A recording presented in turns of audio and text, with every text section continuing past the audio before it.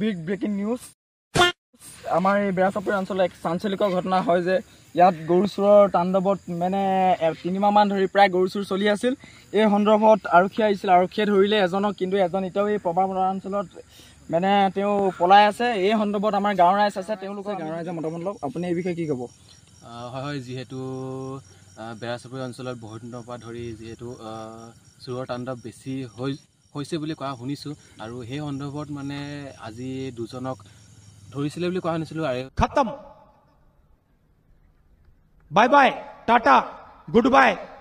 ধৰোঁতে এজন বোলে যিহেতু পবা বনাঞ্চললৈ এজন পলায়ন কৰিলে আৰু আনজনক ধৰিলে। সেই ধৰি মেলি পুলিচক গতাই দিয়া হ'ল। আৰু আনজনৰ যোনজন বনাঞ্চললৈ পলাই গ'ল, সেই তেওঁকে গাঁৱৰ ৰাইজে এতিয়া বিচাৰি থকা হৈছে। আৰু বৰ্তমান এই গৰু চোৰ দুজন মানে এজনক এতিয়া বিচাৰি থকা হৈছে, আৰু সেই বিচাৰি উলিয়াবৰ বাবে আমি গাঁৱৰ ৰাইজে স্পেচিয়েল টিম এটা মতা হৈছে। আৰু বাপ কো ভেজ, তেৰে বস কি বাত নেই। হয়, আমি গম পাইছোঁ, জানিবলৈ পাইছোঁ যে গৰু চোৰৰ সন্দৰ্ভত গাঁৱৰ ৰাইজে স্পেচিয়েল টিম মাতিছে। তেখেতলোক আছে, আমি তেখেতলোকৰ পৰা কিবা মন্তব্য জানিবলৈ ইচ্ছা কৰিম। হয়, কি মোক মাতিছে। বৰ্তমান এতিয়া মই একোৱেই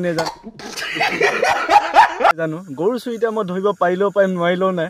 বাকী যে মতা স্পেচিয়েলিষ্ট আমি এতিয়া দেখিবলৈ পাইছোঁ যে তেখেতলোকে আৰম্ভ কৰিছে তেখেতলোকৰ অভিযান। এয়া গাঁৱৰ ৰাইজেও তেখেতলোকক সহযোগ কৰিছে। তেখেতলোকৰ এয়া দেখিছেনে বাৰু গৰু চোৰৰ যি সন্ধান, কেনেকুৱা সন্ধান চাওক। ফাৰ্ষ্ট টাইম দেখিছোঁ আমি এইবোৰ। তেখেতলোকে পুৰা ধুনীয়াকৈ অভিযান চলাই আছে। বৰ্তমান কেমেৰা পাৰ্চন মৃদুল সোণোৱাল আছে, তেখেতে সকলোবোৰ বিতংভাৱে দেখুৱাব। ধন্যবাদ, জয় অসম।